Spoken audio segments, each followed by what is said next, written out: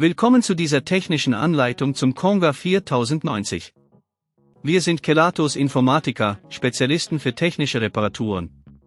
Wir holen dein Gerät direkt bei dir zu Hause ab, führen eine kostenlose Diagnose durch und schicken dir einen Kostenvoranschlag, bevor wir reparieren. Keine Anrufe, keine Fahrten. Wir befinden uns in der Calle Joaquín María López 26, Madrid.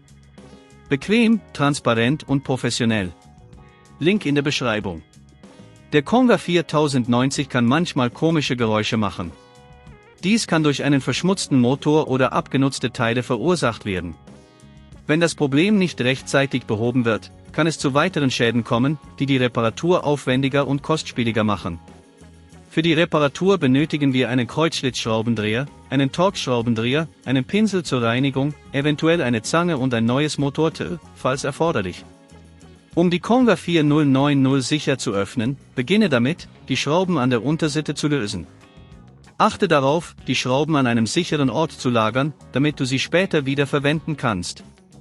Nachdem du die Unterseite entfernt hast, kannst du die Komponenten sichtbar machen.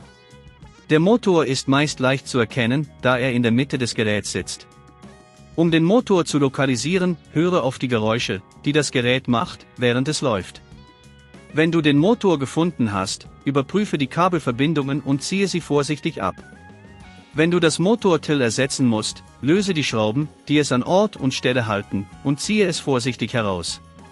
Achte darauf, die neuen Teile sauber zu installieren und alle Schrauben wieder festzuziehen.